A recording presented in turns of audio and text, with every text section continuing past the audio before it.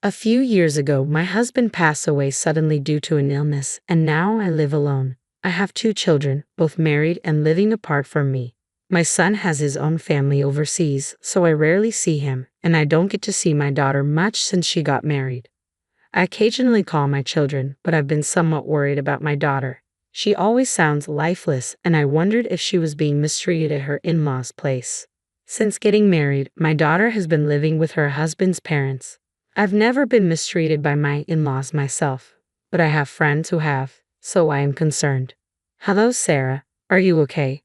I sent a package to you recently. Did you receive it? Thank you. Sorry for contacting you late. I've been quite busy. Well, as long as you got it. But Sarah, you sound like you're not doing well. Are you okay over there? Yes, I'm fine. Sorry for making you worry, Mom. Sarah's voice was somewhat faint, almost ghost-like. Come to think of it, I haven't seen her in a while, so I can't confirm her well-being. I became anxious, wondering if she's eating properly or getting enough sleep.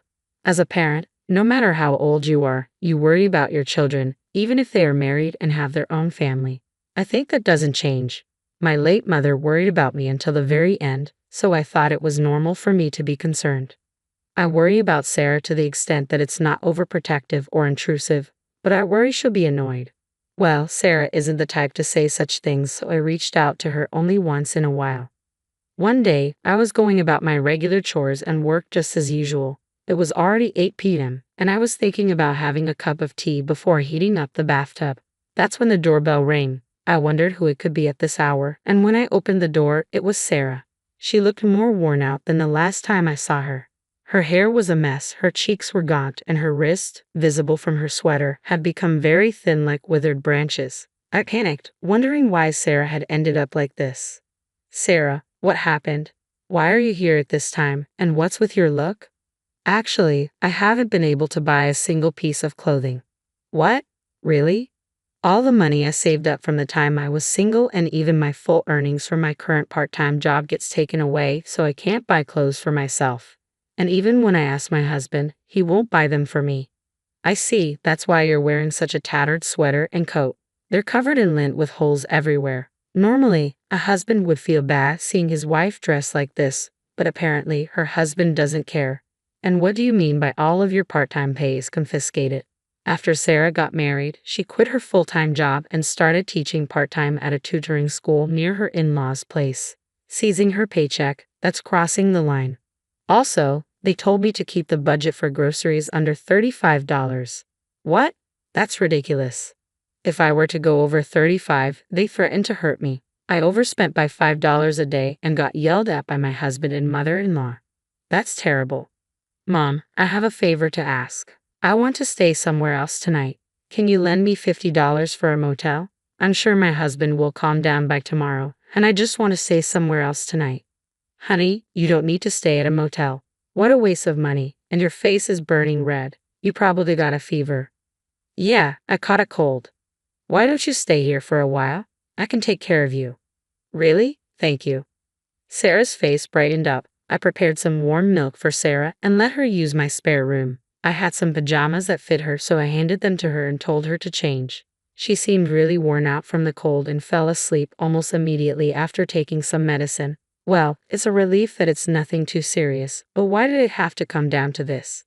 Sarah says she would get in trouble if she didn't keep their monthly grocery expense under $35, but that's impossible. They're not farmers, they can't grow and get their own vegetables and fruits to keep their budget that low. It made me wonder if they had some sense of basic living expenses.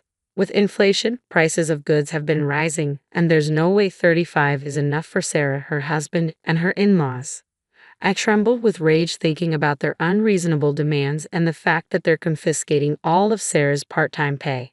The next morning, Sarah got up looking sluggish, but her fever seemed to have gone down a bit. I made her see a doctor just in case, but it turned out to be a common cold. I was relieved it wasn't anything serious.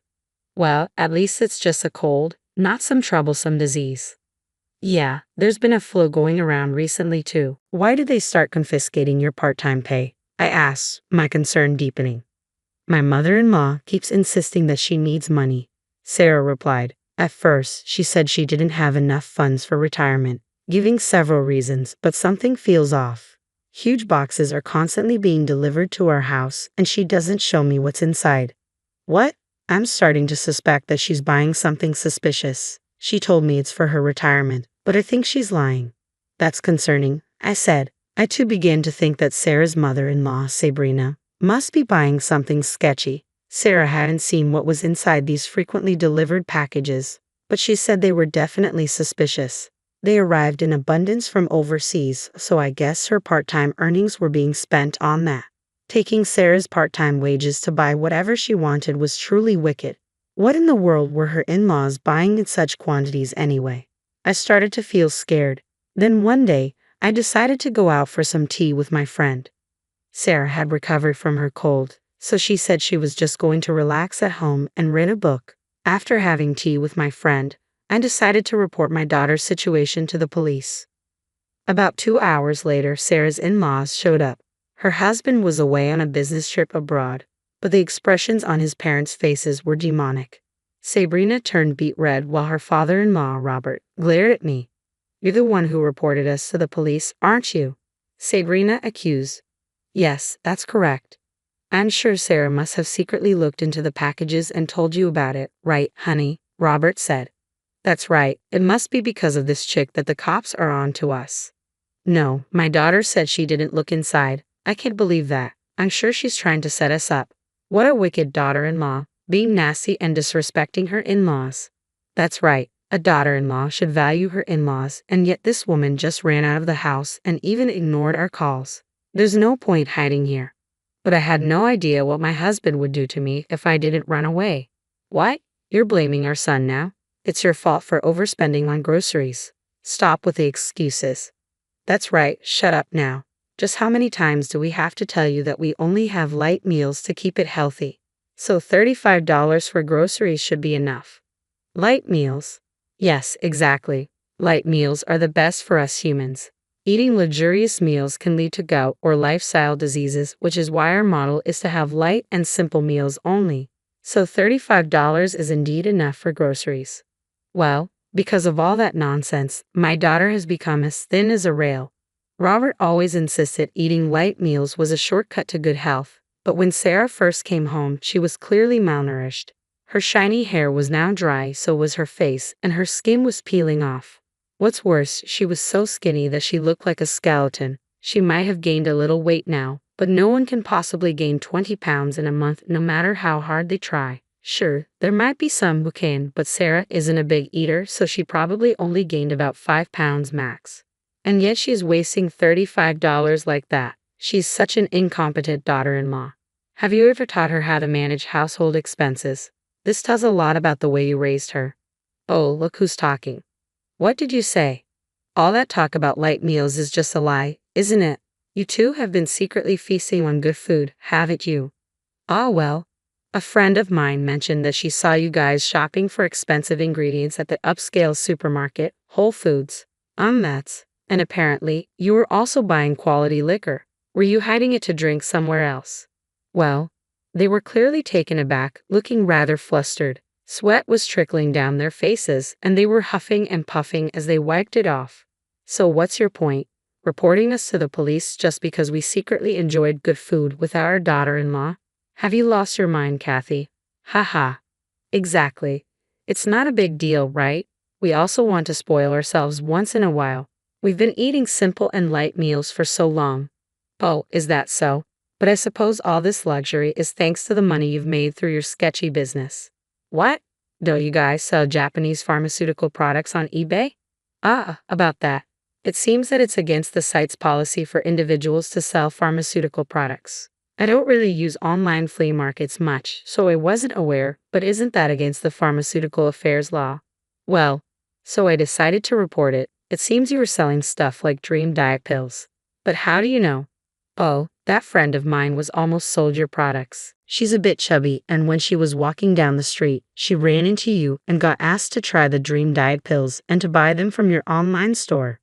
Oh, in that case, my friend is indeed a bit chubby. She was offended that someone even more overweight would say something like that to her. I continued. Well, Sabrina, you were indeed quite large. So what? What do you mean by large? My body's glamorous, Sabrina shot back, indignant. Glamorous. Also, Robert, you've got a bit of a belly too. You must be eating and drinking some pretty good stuff using our daughter's part-time earnings, despite luxurious produce at the supermarket and profiting off your diet pills. It's all muscles, Robert protested. I've got a hard, tight six-pack, right, dear? Yes, that's right, Sabrina agreed. Robert is definitely not overweight, and I still turn heads because I have a nice body too. She snorted and bragged about being considered good-looking. Wearing the tight mini skirt even in the middle of winter, she didn't wear stockings, and I wondered if her bare legs got cold. At that moment, Sarah spoke up. Well, you use that glamorous body of yours to get guys, right? Ha ha. Ha! The other day, I went to the doctor because I had a cold. There was an OB/GYN next door, and I saw you going in with a young man. Ha ha. Hey, there's a reason for that. Do you mean in your 50s you've had a child with a young man, or did you catch a disease? Oh my, that's not it. Shut up, you. You got that far with some random guy. Are you pregnant or sick? Which is it? I'm sick. What the hell? No wonder I've been feeling off. It's your fault. I'm sorry. I was just with him for fun. It's not my fault the guy just wouldn't leave me. Ha, you seem to be having a great time. You guys even look like a sweet couple, holding hands and going into the hospital. And it was you who was all excited, talking about going to a restaurant and a Ferris wheel afterward. Haha. Shush, don't talk anymore. I cannot forgive you for using all my earnings and for eating well outside while reselling the contents of those packages and breaking the law. Terrible. And having an affair is awful too. Haha. Sabrina, everything's ruined because of you. Ha. Father-in-law, you were selling stuff out too. I know you guys were being sneaky, staying up at night. No, I was only running a business. I wasn't having an affair. I'm innocent. No, what are you talking about? You've been a criminal since the moment you violated the law. You're far from innocent. My daughter had grown tougher and took a firm stand against them. Sabrina was sobbing uncontrollably, and Robert kept yelling. It was a disaster. Even though we were in our house, they were so loud that our neighbors came out, and it turned into a spectacle. They yelled at me, saying they were embarrassed, but it wasn't my fault. For now, my daughter is planning on divorcing her husband. Given that she was abused, she'll probably sue him for emotional distress and seek compensation. That's right, I will seek compensation from my husband. Also, please return all my part-time earnings that you took. But I said give it back. Don't underestimate me. Did you think I was some slave who would just obey everything? I'm not afraid of you anymore. I don't care what happens. Just give it back. Why, yes, I'm sorry. I was wrong. I apologize. Our usually soft-spoken daughter raised her voice, causing them to hastily bow down in apology. It seemed as if we were bullying them, and I wished my daughter would stop yelling. But I guess it served them right. In the end, they were penalized for their crimes. Later, Sabrina and Robert got divorced. It turned out Sabrina had not only contracted a disease but was also pregnant in her 50s. Even I was taken aback by this. She had to pay alimony to Robert. Since then, Sabrina planned on starting over with her lover but got abandoned by him. Even when I heard this, she meant nothing to me, so I didn't care at all. My daughter also got divorced and received compensation from her ex-husband. My daughter didn't have children yet, so I thought it was good that she was able to divorce before having any.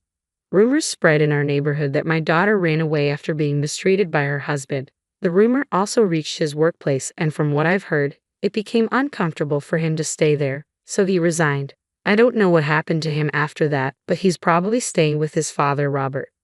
I am now living with my daughter, but we are not financially struggling. My daughter works as an online tutor, and I have been working from home for a while now, so we make a decent living.